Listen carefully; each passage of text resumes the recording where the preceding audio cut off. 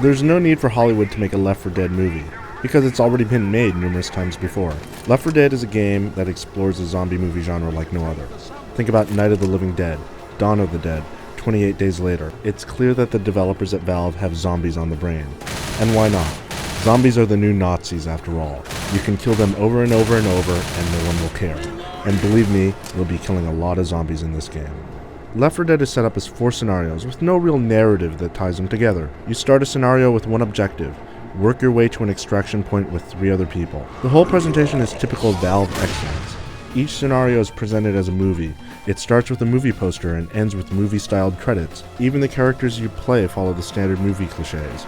There's the grizzled veteran, the biker, and even the spoiled princess. If someone doesn't get extracted, then the movie becomes dedicated to their memory. It's all very tongue-in-cheek and fun. Left 4 Dead is something of an oddity because there are not many games that are predominantly co-op in nature. Yes, there is a single-player mode where you can play with bots, but it's not the same thing. If you play this game, you're getting it to play co-op. The game comes alive when you're working together with another player, screaming at dissenters, and yelling with your friends when zombies push through. In this way, it actually captures the group dynamics that are found in zombie movies. You just don't get this with the bots. They are much more passive and will usually wait for you to push forward.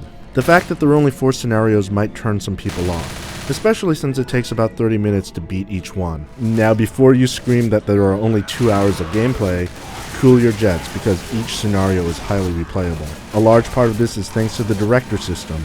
Basically, the game will change each playthrough. It gauges how well you are doing and adjusts the game by changing things, such as item locations and where the bosses are. Because of this, you will think on your feet with your friends. The levels also have a varied look to them, with great little details and bleak humor, and part of the appeal is playing over and over again for a better score or performance. With that said, it is a little disappointing that there are only 4 scenarios. Each playthrough has been consistently fun, but you do wonder if people will be playing this game 3 months from now. This entirely depends on the community that springs up from this game, but it's something to keep in mind. In addition to normal co-op, there's a mode called Infected, where players can play as the boss zombies to try to take out the other survivors. This is quite fun, but it requires a certain type of strategy not found in the other modes.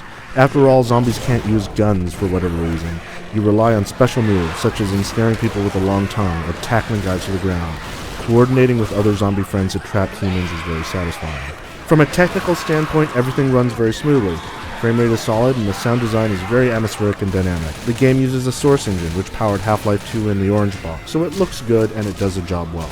And although I mentioned it before, it's worth saying again. Play this game with a headset. There are non-verbal forms of communication, but it's not the same.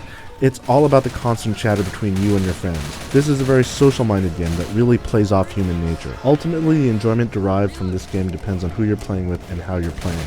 It's a celebration of zombie culture and hits many things right. The million-dollar question is whether the limited number of scenarios may hurt the longevity of the game. However, at the moment, it is quite simply a zombie lover's paradise. For the full written review, zombie shuffle over to IGN.com.